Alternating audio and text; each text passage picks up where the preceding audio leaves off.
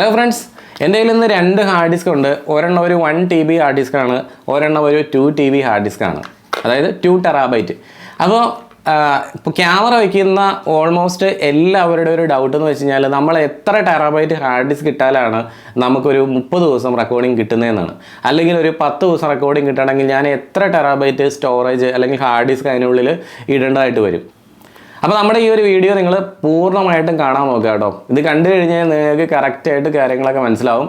അപ്പോൾ എല്ലാവർക്കും നെക്സ സിസ്റ്റത്തിൻ്റെ പുതിയൊരു വീഡിയോയിലേക്ക് ഒരിക്കൽ കൂടി സ്വാഗതം. അപ്പോൾ നമ്മുടെ വീഡിയോയിലേക്ക് പോകുന്നതിന് മുമ്പ് ഒരു കാര്യം പറയാം. ഹാർഡ് ഡിസ്കുകളെ പ്രധാനമായിട്ടും 4 ആയിട്ടാണ് തിരിച്ചിരിക്കുന്നത്. ഒന്നെന്ന് പറഞ്ഞാൽ ഡെസ്ക്ടോപ്പ് ഹാർഡ് ഡിസ്കുകൾ. ഡെസ്ക്ടോപ്പ് ഹാർഡ് ഡിസ്കുകൾ എന്ന് പറഞ്ഞാൽ നമ്മുടെ കമ്പ്യൂട്ടറിനുള്ളിൽ ഇടുന്ന ടൈപ്പ് ഹാർഡ് ഡിസ്കുകളാണ്. രണ്ടാമത്തെ ടൈപ്പ് ഹാർഡ് ഡിസ്ക് എന്ന് പറഞ്ഞാൽ ലാപ്ടോപ്പ് ഹാർഡ് ഡിസ്കുകളാണ്. ലാപ്ടോപ്പ് ഹാർഡ് ഡിസ്കുകൾ എന്ന് പറഞ്ഞാൽ നിങ്ങൾക്കറിയാം വളരെ സ്ലിം ആയിട്ടുള്ള ടൈപ്പ് ഹാർഡ് ഡിസ്കുകളായിരിക്കും. അപ്പോൾ അതൊരിക്കലും നമ്മുടെ NVRലോ DVRലോ ഒന്നും നമ്മളിട്ട് അങ്ങനെ ഉപയോഗിക്കാറില്ല. ഇനി മൂന്നാമത്തെ ടൈപ്പ് ഹാർഡ് ഡിസ്ക് ആണ് സെർവർ ഹാർഡ് ഡിസ്കുകൾ. സെർവർ ഹാർഡ് ഡിസ്കുകൾ നിങ്ങൾക്ക് അറിയാവുന്നതാണ്. നമ്മൾ കോസ്റ്റ് വൈസ് ഒക്കെ നോക്കുകയാണെന്നുണ്ടെങ്കിൽ വളരെയധികം കൂടുതലായിട്ടുള്ള ടൈപ്പ് ഹാർഡ് ഡിസ്കുകളാണ് സെർവർ ഹാർഡ് ഡിസ്കുകൾ. നാലാമത്തെ ടൈപ്പ് ഹാർഡ് ഡിസ്കുകളാണ് നമ്മളിപ്പോൾ ഈ കാണുന്ന ടൈപ്പുള്ള സർവൈലൻസ് ഹാർഡ് ഡിസ്കുകൾ. അപ്പോൾ സർവൈലൻസ് ഹാർഡ് ഡിസ്കുകൾ മാത്രമാണ് NVRലോ DVRലോ ഇടുമ്പോൾ 100% വിശ്വസ്തയോടെ നമുക്ക് ഡാറ്റ റൈറ്റ് ചെയ്യാൻ കഴിയുന്ന ടൈപ്പ് ഹാർഡ് ഡിസ്ക്. കാരണം ഈ ഹാർഡ് ഡിസ്ക് ഡിസൈൻ ചെയ്തേക്കുന്നത് വീഡിയോ റൈറ്റിങ്ങിന് വേണ്ടി മാത്രമാണ്. അപ്പോൾ നിങ്ങൾ വിചാരിക്കും എന്നാൽ പിന്നെ ഈ ഒരു ഹാർഡ് ഡിസ്ക് എടുത്ത് നമുക്ക് കമ്പ്യൂട്ടറിലോട്ട് ഇട്ട് കഴിഞ്ഞാൽ നല്ല പെർഫോമൻസ് ആയിരിക്കുമല്ലോ എന്ന്. പക്ഷേ ഇത് ഡിസൈൻ ചെയ്തേക്കുന്നത് വീഡിയോ റൈറ്റിങ്ങിന് വേണ്ടിയിട്ട് മാത്രമാണ്, അല്ലാതെ ഇത് കമ്പ്യൂട്ടറിന് വേണ്ടി നിർമ്മിച്ചേക്കണമല്ല. കമ്പ്യൂട്ടറിൽ നിങ്ങൾക്ക് അറിയാം, ഞാനൊരു സിമ്പിൾ എക്സാമ്പിൾ പറയാം. കമ്പ്യൂട്ടറിൽ റീഡ് ആൻഡ് റൈറ്റിംഗ് നടക്കുന്നുണ്ട്. അതായത് നമ്മൾ ചില സമയങ്ങളിൽ ഡാറ്റ അങ്ങോട്ട് ഇടും, അത്രയും തന്നെ ഡാറ്റ നമ്മൾ ഇങ്ങോട്ട് എടുക്കുകയൊക്കെ ചെയ്യുന്നുണ്ട്. അതായത് കണ്ടിന്യൂസ്ലി റീഡ് ആൻഡ് റൈറ്റ് നടക്കുന്നുണ്ട്. പക്ഷെ അതേസമയം ഈ ഒരു സർവൈലൻസ് ഹാർഡ് ഡിസ്കിൻ്റെ കേസിനകത്ത് നോക്കിയേ, നമ്മളൊരു 95% ഡാറ്റ റൈറ്റ് ചെയ്യുന്ന രീതിയിലാണ് ഈ ഒരു ഹാർഡ് ഡിസ്ക് നിർമ്മിച്ചിരിക്കുന്നത്. നമുക്ക് വളരെ അത്യാവശ്യമുള്ള സന്ദർഭങ്ങളിൽ മാത്രമാണ് നമ്മൾ ഇതിൽ നിന്നൊരു വീഡിയോ പെൻഡ്രൈവ് വഴിയോ എക്സ്റ്റേണൽ ഹാർഡ് ഡിസ്ക് വഴിയൊക്കെ കോപ്പി ചെയ്യുന്നത്. അപ്പോൾ ആ ഒരു കാര്യം നിങ്ങൾ മനസ്സിൽ വെക്കുക. പിന്നെ ചില ആളുകളൊക്കെ 1 വർഷം വാറണ്ടി എന്നൊക്കെ പറഞ്ഞിട്ട് ഹാർഡ് ഡിസ്ക് കൊടുക്കുന്നതായിട്ട് കാണുന്നുണ്ട്. ഒറിജിനൽ ഒരു ഹാർഡ് ഡിസ്ക് നമ്മൾ പർച്ചേസ് ചെയ്യുവാണെങ്കിൽ 100% അതിന് 3 വർഷം വാറണ്ടി ഉണ്ടായിരിക്കും. ആ വാറണ്ടി നമുക്ക് വെസ്റ്റേൺ ഡിജിറ്റൽ ആണെങ്കിലും C8 ആണെങ്കിലും എല്ലാം അവരുടെ ഓൺലൈൻ വെബ്സൈറ്റിൽ പോയിട്ട് അതിൻ്റെ സീരിയൽ നമ്പർ അടിച്ചു കൊടുത്തു കഴിഞ്ഞാൽ നിങ്ങൾക്ക് കൃത്യമായിട്ട് കാണാൻ കഴിയും. അപ്പോൾ അങ്ങനെയുള്ള ഹാർഡ് ഡിസ്ക് ഒന്നും അല്ല നിങ്ങൾ പർച്ചേസ് ചെയ്തിരിക്കുന്നത്, വാറണ്ടി ഒന്നും ഓൺലൈനിൽ കാണിക്കുന്നില്ലെങ്കിൽ തീർച്ചയായിട്ടും അത് റീഫർബിഷ്ഡ് അല്ലെങ്കിൽ യൂസ്ഡ് ഹാർഡ് ഡിസ്കുകളാകാനാണ് ചാൻസ് കൂടുതൽ. അപ്പോൾ ഇനി നമുക്ക് നേരെ നമ്മുടെ സബ്ജക്റ്റിലേക്ക് വരാം. നമുക്ക് ഇൻസ്റ്റലേഷൻ ചെയ്യാൻ വേണ്ടി പോകുന്നത് 4 ക്യാമറയാണ്. 30 ദിവസമാണ് നമുക്ക് വേണ്ട റെക്കോർഡിങ്. അപ്പോൾ നമുക്ക് എത്ര സ്റ്റോറേജ് ആവശ്യമുണ്ട്? ഇത് നമുക്ക് ഒന്നാമത്തെ സെനാരിയോ ആണ്, അത് നമുക്ക് ചെക്ക് ചെയ്ത് നോക്കണം. അതേപോലെ തന്നെ നമുക്ക് മറ്റു രീതിയിൽ നോക്കാം. അതായത് എനിക്ക് വെക്കാൻ പോകുന്ന ക്യാമറകളുടെ എണ്ണം 8 എണ്ണമാണ്. ഞാൻ വെച്ചിരിക്കുന്ന ഹാർഡ് ഡിസ്ക് ഒരു 6 ടെറാബൈറ്റ് ആണെങ്കിൽ എനിക്ക് എത്ര ദിവസം റെക്കോർഡിങ് കിട്ടാം? അതായത് നമുക്ക് 2 രീതിയിലും കാൽക്കുലേഷൻസ് ആവശ്യമാണ്. ഇത് മനസ്സിലാക്കിക്കൊണ്ട് ഹിക്വേഷൻ എന്നുള്ള കമ്പനി അവരുടെ വെബ്സൈറ്റിൽ തന്നെ അതിൻ്റെ ഒരു സൊല്യൂഷനും കൊടുത്തിട്ടുണ്ട്. ഇതേപോലെ തന്നെ സിമിലർ സൊല്യൂഷൻസ് നമുക്ക് ദഹുവയുടെ വെബ്സൈറ്റിലും കാണാൻ കഴിയും, അതുപോലെ തന്നെ CP+ലും കാണാൻ കഴിയും. ഞാനിപ്പോൾ നിങ്ങളെ കാണിക്കാൻ വേണ്ടി പോകുന്നത് ഹിക്വേഷൻ്റെ storage calculator and network bandwidth calculator ആണ്. അപ്പോൾ നമുക്ക് നേരെ വീഡിയോയിലേക്ക് പോകാം. അപ്പോൾ നിങ്ങൾ മോസില്ല ഫയർഫോക്സോ ഗൂഗിൾ ക്രോമോ അങ്ങനെ ഏതെങ്കിലും ഒരു വെബ് ബ്രൗസർ എടുക്കുക. ഞാനിപ്പോൾ ഗൂഗിൾ ക്രോം എടുത്തിട്ടുണ്ട്. എന്നിട്ട് നമ്മൾ ഗൂഗിൾ ഓപ്പൺ ചെയ്ത ശേഷം ഇവിടെ നിങ്ങൾ ഹിക്വിഷൻ ഡിസ്ക് കാൽക്കുലേറ്റർ ഓൺലൈൻ എന്ന് കൊടുക്കുക കേട്ടോ. അപ്പോൾ നമ്മൾ അങ്ങനെ കൊടുത്തു കഴിയുമ്പോൾ ഇവിടെ ഫസ്റ്റ് വരുന്ന ഈ ഒരു പേജ് ഉണ്ടല്ലോ, ഹിക്ക് ടൂൾ സോഫ്റ്റ്വെയർ. അപ്പോൾ അത് നേരെ ക്ലിക്ക് അടിക്കുക. അപ്പോൾ ഇതാണ് നമ്മുടെ ആ ഒരു പേജ് എന്ന് പറയുന്നത്. ഇവിടെ നമുക്ക് പല ഓപ്ഷൻസ് ഉണ്ട്. ഇവിടെ നമുക്കിത് കാൽക്കുലേറ്റ് സേവിങ് ടൈം ഉണ്ട്, കാൽക്കുലേറ്റ് ഡിസ്ക് സ്പേസ് ഉണ്ട്, പിന്നെ ബാൻഡ്വിഡ്ത്ത് കാൽക്കുലേറ്ററും ഉണ്ട്. അങ്ങനെ 3 ഓപ്ഷൻസ് ഇവിടെ കൊടുത്തിട്ടുണ്ട്. ഇപ്പോൾ ഞാൻ ആദ്യത്തെ നമ്മുടെ ആ ഒരു സെനാരിയോ ഞാൻ ഒന്ന് പറയാം. അതായത് നമ്മുടെ കയ്യിലുള്ളത് 4 4 മെഗാ പിക്സൽ ക്യാമറ അല്ലേ. അപ്പോൾ ഇവിടെ ആഡ് എന്നുള്ളൊരു ബട്ടൺ കണ്ടോ അതിൻ്റെ ടോപ്പിലായിട്ട്. ഈ ഒരു ബട്ടണിൽ നിങ്ങൾ പ്രസ് ചെയ്യുക.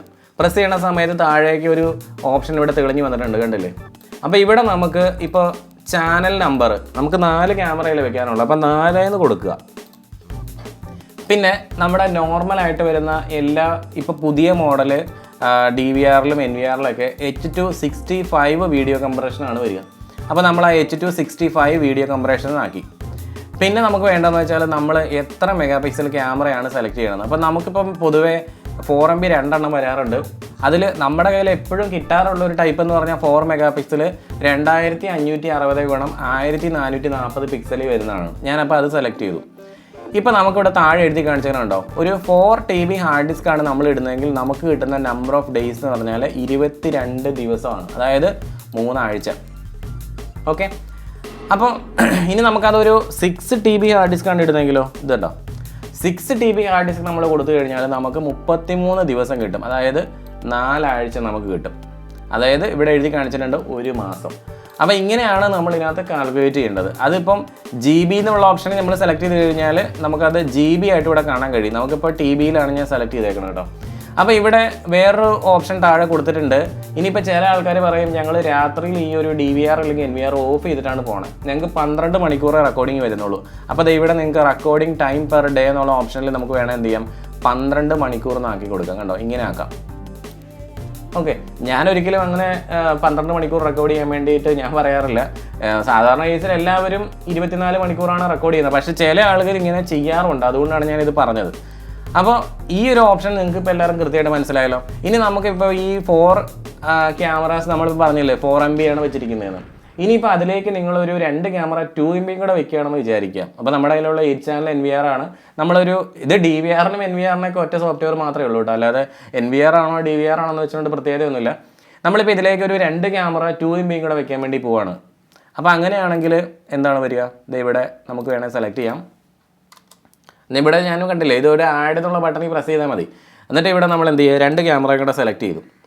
അപ്പോൾ അതും നമ്മൾ ഈ പറഞ്ഞ രീതിയിൽ H265 വീഡിയോ കംപ്രഷനാണ്. ക്യാമറ നമ്മൾ പറയുകയാണ് 2 മെഗാ പിക്സലാണ്. ഇതിവിടെ 1080p എന്ന് എഴുതിയേക്കുന്നുണ്ടോ, ഇതാണ് 2 MB ഇത്. എന്നിട്ട് നമ്മളത് ഫ്രെയിം റേറ്റ് ഞാനിപ്പോൾ മാറ്റുന്നില്ല, ഞാൻ പിന്നെ മാറ്റി കാണിച്ചു തരാം. ഇത് കണ്ടോ. അപ്പോൾ അങ്ങനെ ആകുമ്പോഴത്തേക്കും അവിടെ 27 ദിവസമാണ് 6 ടെറാബൈറ്റ് നമ്മൾ ഇടുമ്പോൾ. ചില ആൾക്കാരൊക്കെ അവിടെ കൊണ്ടുവന്നിട്ട് 2 TB ഇട്ട് വയ്ക്കും. 2 TB ഇട്ട് കഴിഞ്ഞാൽ നോക്കിക്കേ, അതിൻ്റെ ഡേയ്സ് വെറും 9 ദിവസം മാത്രം റെക്കോർഡിംഗ് ഉള്ളൂ. അപ്പോൾ ഇതിനകത്ത് വേറൊരു കാര്യം കൂടെ വരുന്നുണ്ട്. ഇപ്പോൾ നമ്മുടെ ലേറ്റസ്റ്റ് മോഡൽ NVR-ലും DVR-ലും എല്ലാം മോഷൻ ഡിറ്റക്ഷൻ റെക്കോർഡിംഗ് ആണ് വരിക. അപ്പോൾ ഇവിടുത്തെ കേസിനകത്ത് ഇപ്പോൾ മോഷൻ ഡിറ്റക്ഷൻ ആണോ അങ്ങനെയുള്ള ഓപ്ഷൻസ് ഇതിനകത്ത് കൊടുത്തിട്ടില്ല. പിന്നെ മോഷൻ ഡിറ്റക്ഷൻ എന്നുള്ളൊരു ഓപ്ഷൻ അവർ കൊടുക്കാത്തതിൻ്റെ കാരണം എന്ന് വെച്ച് കഴിഞ്ഞാൽ, ഈ മോഷൻ ഡിറ്റക്ഷൻ എന്ന് പറഞ്ഞാൽ എന്താണ്, എന്തെങ്കിലും ഒരു ആക്ടിവിറ്റി നടക്കുമ്പോഴാണ്. ഒരിക്കലും നമുക്ക് ഇങ്ങനെ ഒരു സോഫ്റ്റ്വെയറിൻ്റെ ഉള്ളിൽ കൂടെ അങ്ങനെ ഒരു ആക്ടിവിറ്റി നടക്കുമോ ഇല്ലയോ എന്നൊന്നും പ്രെഡിക്റ്റ് ചെയ്യാൻ പറ്റില്ല. അതുകൊണ്ടാണ് അങ്ങനെ ഒരു ഓപ്ഷൻ കൊടുക്കാത്തത്. എന്തായാലും നിങ്ങളിപ്പോൾ ഈ ഒരു 6 ക്യാമറയ്ക്ക് വേണ്ടിയിട്ട് ഇവിടെ നമ്മളൊരു 6 TB ഹാർഡ് ഡിസ്ക് ഇട്ടാൽ 4 4 MB ക്യാമറയും 2 2 MB ക്യാമറയും വെച്ച് കഴിയുമ്പോൾ അത് 27 ദിവസം വരെ നമുക്ക് റെക്കോർഡിംഗ് കിട്ടും. അതിൽ കൂടാനേ ചാൻസ് ഉള്ളൂ കേട്ടോ, ഇത് കുറവായിട്ട് വരില്ല. പിന്നെ വേറൊരു കാര്യം, ഇനിയിപ്പോൾ ഫ്രെയിം റേറ്റ് എന്ന് പറഞ്ഞ സംഗതി ഉണ്ട്. അതായത് നമ്മളിപ്പോൾ ഈ 2 ക്യാമറകൾ വെച്ചപ്പോഴും അതിൻ്റെ മാക്സിമം ഫ്രെയിം റേറ്റിലാണ് ഇപ്പോൾ ഇവിടെ കിടക്കുന്നത്. ഇപ്പോൾ ഞാൻ ഈ വെച്ചിരിക്കുന്ന 2 ക്യാമറ ഡോം ക്യാമറയാണെന്ന് വിചാരിക്കുക, അതായത് ടറൻറ്റ് ക്യാമറയാണ്. ആ 2 ടറൻറ്റ് ക്യാമറകൾ ഞാൻ വെച്ചിരിക്കുന്ന ഒരു ഇൻസൈഡ് റൂമിലാണ്. അപ്പോൾ അവിടെ എനിക്കിപ്പം ആരും ഇങ്ങനെ ഓടി പോകുന്നില്ല. ഈ ഫ്രെയിം റേറ്റ് എന്ന് പറഞ്ഞാൽ എന്താണ്, നമ്പർ ഓഫ് ഫ്രെയിംസ് പെർ സെക്കൻഡാണ്. ഇപ്പോൾ നമ്മൾ ഈ ഒരു ക്യാമറയൊക്കെ ആദ്യം കണ്ടുപിടിക്കുന്ന സമയത്ത് നിങ്ങൾക്കറിയാം, ഒരു കുതിരയുടെ ഫോട്ടോസ് തുരുതുര എടുത്തിട്ട് ആ കുതിരയുടെ ഫോട്ടോസ് ഇങ്ങനെ അടുപ്പിച്ച് വെച്ചിട്ട് ഇങ്ങനെ പെട്ടെന്ന് ഓടിച്ചപ്പോഴാണല്ലോ ഈ ഒരു വീഡിയോ ആയിട്ട് അത് ഫീൽ ചെയ്തത്. അപ്പോൾ അതേപോലെ 1 സെക്കൻഡിൽ 25 ഫ്രെയിമാണ് എന്ത് ചെയ്യുന്നത്, നമ്മുടെ ക്യാമറ പകർത്തിക്കൊണ്ടിരിക്കുന്നത്. അപ്പോൾ നല്ല സ്പീഡിൽ ഓടിപ്പോകുന്ന സ്ഥലത്ത് നമുക്കൊരു ക്യാമറ വയ്ക്കുവാണെങ്കിൽ നമുക്ക് മാക്സിമം ഫ്രെയിം റേറ്റ് ആവശ്യമാണ്. അതേസമയം നമ്മളൊരു വീടിൻ്റെ ഉള്ളിൽ അല്ലെങ്കിൽ ഒരു ക്ലാസ് മുറിയുടെ ഒക്കെ ഉള്ളിൽ നമ്മളൊരു ക്യാമറ വയ്ക്കുവാണെങ്കിൽ അത്രയും വേഗത്തിലൊന്നും അതിനകത്തൂടെ ആരും പാഞ്ഞ് നടക്കാൻ പോകുന്നില്ല. അപ്പോൾ നമുക്കിപ്പം ഈ ഫ്രെയിം റേറ്റ് വേണമെങ്കിൽ നമുക്ക് എന്ത് ചെയ്യാം, ഒരു 15 ഫ്രെയിംസിലൊക്കെ നമുക്ക് വേണമെങ്കിൽ ഇടാൻ പറ്റും. ഇത് കണ്ടോ, ഈ 15 ഫ്രെയിംസിലേക്ക് ഞാൻ മാറ്റുമ്പോൾ നിങ്ങളിവിടെ താഴെ കാണുന്ന ആ ഒരു 27 ദിവസം എന്നുള്ളത് മാറുന്നുണ്ടോ എന്ന് നോക്കി. ഇത് കണ്ടോ, 30 ദിവസമായി. അതായത് ഫ്രെയിം റേറ്റ് മാറുന്നതിനനുസരിച്ച് ഇപ്പോൾ ഇവിടെ ഞാനൊരു 15 ഫ്രെയിംസ് ആക്കിയെന്ന് വിചാരിക്കാം. ഇത് കണ്ടോ, 54 ദിവസമായി. അപ്പോൾ ഫ്രെയിം റേറ്റ് എന്ന് പറഞ്ഞാൽ number of frames per second ആണ്. അപ്പോൾ ഫ്രെയിം റേറ്റ് മാറുന്നതിനനുസരിച്ച് വീഡിയോയുടെ ക്വാളിറ്റിയിൽ കോംപ്രമൈസ് ചെയ്യാതെ വീഡിയോയുടെ ക്വാളിറ്റി ഒരിക്കലും കുറയുന്നില്ല. അതേസമയം അതിൻ്റെ ആ ഒരു പിക്ചറിൻ്റെ ഇപ്പോൾ നമ്മളിപ്പോൾ ഒരു 8 ഫ്രെയിം പെർ സെക്കൻഡാണ് ഇടുന്നതെങ്കിൽ നിങ്ങളൊന്ന് ഓർത്താൽ മതി, ആ ഒരു പിക്ചർ എന്ന് പറയുമ്പോഴത്തേക്കിങ്ങനെ സ്റ്റില്ലായിട്ട് പോകുന്ന പോലെ നമുക്ക് ഫീൽ ചെയ്യും. അതേസമയം 15 ഫ്രെയിം പെർ സെക്കൻഡൊക്കെ ആണെങ്കിൽ നമുക്കൊരു സ്മൂത്ത് മൂവ്മെൻറ്റ് തന്നെയാണ്. നമുക്ക് വേണമെങ്കിൽ 15 ഫ്രെയിം പെർ സെക്കൻഡിലോട്ട് ഇടാം. പക്ഷേ ഈ ടൈപ്പ് ഫ്രെയിം റേറ്റ് നമ്മൾ അഡ്ജസ്റ്റ്മെൻറ്റ് ചെയ്യുന്ന ഒരിക്കലും റോട്ടിൽ വയ്ക്കുന്ന ക്യാമറയിൽ നമ്മൾ ചെയ്യാൻ പാടില്ല. റോട്ടിൽ വെക്കുന്ന ക്യാമറയിൽ നമുക്ക് മാക്സിമം ഫ്രെയിം പെർ സെക്കൻഡ് കിട്ടുന്ന ടൈപ്പ് ക്യാമറകളാണ് വെക്കേണ്ടത്. കാരണം വേഗത്തിൽ ഓടിപ്പോകുന്ന വണ്ടീനെയൊക്കെ ഒന്ന് ട്രാക്ക് ചെയ്യണമെന്നുണ്ടെങ്കിൽ മനുഷ്യൻ ഓടുന്ന വേഗത്തിലല്ലല്ലോ വണ്ടി പോകുന്നത്, നല്ല വേഗത്തിലായിരിക്കും. അപ്പോൾ നമ്പർ കിട്ടുന്ന രീതിയിലുള്ള ക്യാമറകളൊക്കെ ഫ്രെയിം റേറ്റ് തന്നെയാണെങ്കിൽ NPR ക്യാമറയ്ക്കൊക്കെ 60 ഫ്രെയിം പെർ സെക്കൻഡിന് മുകളിലാണ്, 60 മുകളിലാണ്. നമ്മൾ സാധാരണ വെക്കുന്ന എല്ലാ ക്യാമറയ്ക്കും 25 അല്ലെങ്കിൽ 30 താഴെ ആയിരിക്കും വരിക. അപ്പോൾ നമ്മൾ പക്ഷേ ബിറ്റ് റേറ്റ് ഒക്കെ മാറ്റം വരുത്തി കഴിഞ്ഞാൽ എന്താണെങ്കിലും വീഡിയോയുടെ ക്വാളിറ്റി കുറഞ്ഞു പോകും. നിങ്ങൾ ബിറ്റ് റേറ്റിൽ മാറ്റം വരുത്താതെ ഫ്രെയിം റേറ്റ് അഡ്ജസ്റ്റ് ചെയ്യുകയാണെങ്കിൽ ഒരിക്കലും ആ വീഡിയോ ക്വാളിറ്റി എന്താണെങ്കിലും കുറയില്ല. അപ്പോൾ ഈ ഒരു പേജിലൂടെ നമുക്ക് വേറൊരു കാര്യം കണ്ടുപിടിക്കാൻ പറ്റും. ഞാൻ ആദ്യം പറഞ്ഞ രണ്ടാമത്തെ സെനാരിയോയുടെ ഉത്തരം ഇവിടെ നിന്ന് കിട്ടും. അതായത് ഇപ്പോൾ ഇനി ഞാൻ പറയുവാണെങ്കിൽ എനിക്കൊരു 35 ദിവസം റെക്കോർഡിങ് വേണം. നമ്മൾ 6 ക്യാമറ വെച്ചേക്കുക, 35 ദിവസം റെക്കോർഡിങ് വേണം. അപ്പോൾ നമുക്ക് എന്ത് ചെയ്യാം, 3.9 TB അതായത് 4 ടെറാബൈറ്റിൻ്റെ ഒരു ഹാർഡ് ഡിസ്ക് ഇട്ട് കഴിഞ്ഞാൽ നമ്മൾ ഈ മോളിൽ വെച്ചിരിക്കുന്ന അത്രയും ക്യാമറകൾക്ക് 35 ഡേയ്സ് റെക്കോർഡിങ് കിട്ടും. കണ്ടോ, ഇവിടെ ഞാൻ സെലക്ട് ചെയ്യുന്ന ഡേ ആണ് കേട്ടോ, അതുകൊണ്ട്. അപ്പോൾ അങ്ങനെ നമുക്ക് സെലക്ട് ചെയ്ത് കൊടുക്കാൻ പറ്റും. പിന്നെ ലാസ്റ്റ് വന്നേക്കണതാണ് കാൽക്കുലേറ്റ് ബാൻഡ് വിഡ്ത്ത്.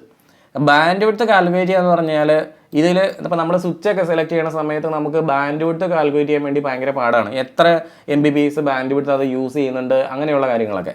അപ്പോൾ അതായത് ഒരു കാര്യം നിങ്ങൾക്ക് മനസ്സിലായി, ഇവിടെ നമ്മൾ ഒരു സ്വിച്ച് വയ്ക്കുകയാണെങ്കിൽ 100 MBPSൻ്റെ ഒരു സ്വിച്ച് വയ്ക്കുകയാണെങ്കിൽ ഈ 6 ക്യാമറകൾക്കൂടെ കൂടിയിട്ട് ആകെ 10 MBPS ബാൻഡ് വിഡ്ത്ത് ഈ ഒരു സെനാരിയോയിൽ ഉപയോഗിക്കുള്ളൂ എന്നാണ് കാണിക്കുന്നത്. പക്ഷേ നിങ്ങളൊരു കാര്യം നോക്കണം, ഇവിടെ ബിറ്റ് റേറ്റ് എഴുതിയേക്കണത് ഇവിടെ കണ്ടോ 1024 അതുപോലെ 2048 ബിറ്റ് റേറ്റ് എഴുതിയേക്കണത്. നമ്മൾ ഫ്രെയിം റേറ്റ് മാറുന്നതിനനുസരിച്ച് അതിനകത്ത് മാറ്റം വരുന്നുണ്ടോ നോക്കിയാൽ കണ്ടോ, ഫ്രെയിം റേറ്റ് മാറുമ്പോഴത്തേക്കും അവിടെ മാറ്റം വരുന്നുണ്ട്. അപ്പോൾ അതിനനുസരിച്ച് നോക്കിയാൽ താഴെ ബാൻഡ് വിഡ്ത്ത് മാറുന്നുണ്ട്. അപ്പോൾ നമുക്ക് ഈ ചില ആളുകളുടെയൊക്കെ സിസ്റ്റത്തിൽ നിങ്ങൾക്കറിയാം NVR ഒക്കെ വെച്ചിട്ട് ഭയങ്കര സ്ലോ ആയിട്ടൊക്കെ സ്റ്റക്കായിട്ടൊക്കെ പോകുന്നുണ്ടെങ്കിൽ അവർക്ക് എന്ത് ചെയ്യാം, ഇതേപോലെ ഫ്രെയിം റേറ്റിലൊരു അഡ്ജസ്റ്റ്മെൻറ്റ് ചെറുതായിട്ട് നടത്തി കഴിഞ്ഞാൽ അത്രയും വലിയൊരു ലോഡ് ഒരിക്കലും സ്വിച്ചിന് വരില്ല. അപ്പോൾ ഇവരിവിടെ റെക്കമെൻഡ് ചെയ്തേക്കുന്ന ബാൻഡ് വിഡ്ത്ത് എന്ന് പറഞ്ഞാൽ 2048 kbps ആണ് ഈ ഒരു 2 MB ക്യാമറയ്ക്ക് വേണ്ടതെന്നും 4096 ആണ് ഒരു 4 MB ക്യാമറയ്ക്ക് ഈ ഒരു സെനാരിയോയിൽ വേണ്ടതെന്നുമാണ്. ചിലപ്പോൾ നമ്മുടെ NVRലൊക്കെ നമ്മൾ റെക്കോർഡ് ചെയ്യാൻ വെച്ചേക്കുന്ന ക്യാമറയ്ക്ക് അതിൽ കൂടുതൽ ബിറ്റ് റേറ്റ് ചിലപ്പോൾ എടുക്കുന്നുണ്ടാവും. അപ്പോൾ അങ്ങനെ ഒരുപാട് ബിറ്റ് റേറ്റ് എടുത്തു കഴിഞ്ഞാലും ഈ പറയുന്ന രീതിയിൽ ബാൻഡ് വിഡ്ത്ത് കറക്റ്റായി വർക്ക് ചെയ്യില്ല, സ്റ്റോറേജ് കൂടുതൽ സ്പേസ് എടുക്കും. ഇത് കണ്ടോ, ഞാനിപ്പോൾ ഇവിടെ നോക്കി ഒരു ഇവിടെ ബിറ്റ് റേറ്റ് ഞാൻ വേണമെങ്കിൽ ഒന്ന് അഡ്ജസ്റ്റ് ചെയ്തിട്ട് ഒരു 600 ഇട്ട് കാണിച്ചു തരാം, നോക്കിക്കോ. അല്ല 600 അല്ല 6000 ഇടാം. ഇത് കണ്ടോ, അതിനനുസരിച്ച് താഴെ ബാൻഡ് വിഡ്ത്ത് കൂടുന്നുണ്ട്, ഡിസ്കിൻ്റെ ഡേയും മാറുന്നത് കണ്ടോ. അപ്പോൾ ഈ ഒരു വീഡിയോയിലൂടെ ഞാൻ പറയാൻ ഉദ്ദേശിച്ചെന്ന് വെച്ചാൽ നമ്മുടെ ബിറ്റ് റേറ്റ് എന്ന് പറയുന്നതും അതുപോലെ തന്നെ ഫ്രെയിം റേറ്റ് എന്ന് പറയുന്നതും റെസൊല്യൂഷൻ എന്ന് പറയുന്നതും ക്യാമറയെ നേരിട്ട് അതിൻ്റെ ടോട്ടൽ ഡേയ്സിനെ സ്വാധീനിക്കുന്നുണ്ട്. പിന്നെ വേറൊരു കാര്യം കൂടെ പറയാം. ഇപ്പോൾ ഈ ഇരിക്കുന്ന ആ ഒരു പേജിന് നമുക്ക് ഇതുപോലെ തന്നെ Ctrl+P പ്രസ് ചെയ്ത് കഴിഞ്ഞാൽ, കീബോർഡിലെ Ctrl+P പ്രസ് ചെയ്ത് കഴിഞ്ഞാൽ നമുക്ക് പ്രിൻറ്റ് ചെയ്യാൻ പറ്റും. അപ്പോൾ ഇങ്ങനെ നമുക്ക് കൊട്ടേഷൻ കൊടുക്കുന്ന സമയത്ത് എന്ത് ചെയ്യാം, ഈ ഒരു പേജും കൂടെ കസ്റ്റമർക്ക് നമുക്ക് പ്രിൻ്റ് അടിച്ച് കൊടുക്കാൻ പറ്റും. അപ്പോൾ ആ ഒരു ടോട്ടൽ ഡേയ്സ് കാൽക്കുലേറ്ററൊക്കെ അതിൻ്റെ ഒപ്പം തന്നെ വരുന്നുണ്ട് കണ്ടോ. നമ്മളിപ്പോൾ അവിടെ കണ്ട എല്ലാ സാധനങ്ങളും ഇതിൻ്റെ ഒപ്പം തന്നെ ഉണ്ട്. എന്നിട്ട് നമുക്ക് പ്രിൻ്റ് അടിച്ച് കഴിഞ്ഞാൽ അത് വളരെ നല്ലൊരു കാര്യമായിരിക്കും. അപ്പോൾ ഈ ഒരു വീഡിയോ നിങ്ങൾക്ക് എല്ലാവർക്കും ഇഷ്ടപ്പെട്ടെന്ന് വിചാരിക്കുന്നു. ഇഷ്ടപ്പെട്ട് കഴിഞ്ഞാൽ നിങ്ങളൊന്ന് ലൈക്ക് ചെയ്യുക. അതുപോലെ തന്നെ പുതിയ വീഡിയോസിന് നമ്മുടെ ഒരു ചാനലൊന്ന് സബ്സ്ക്രൈബ് ചെയ്ത് കൊടുക്കുക. ഓക്കെ, അപ്പോൾ നമുക്ക് മറ്റൊരു ദിവസം പുതിയൊരു വീഡിയോ ആയിട്ട് വീണ്ടും കാണാം. Every day, late at night, not okay. All I want, and I pray, all I need are some better days.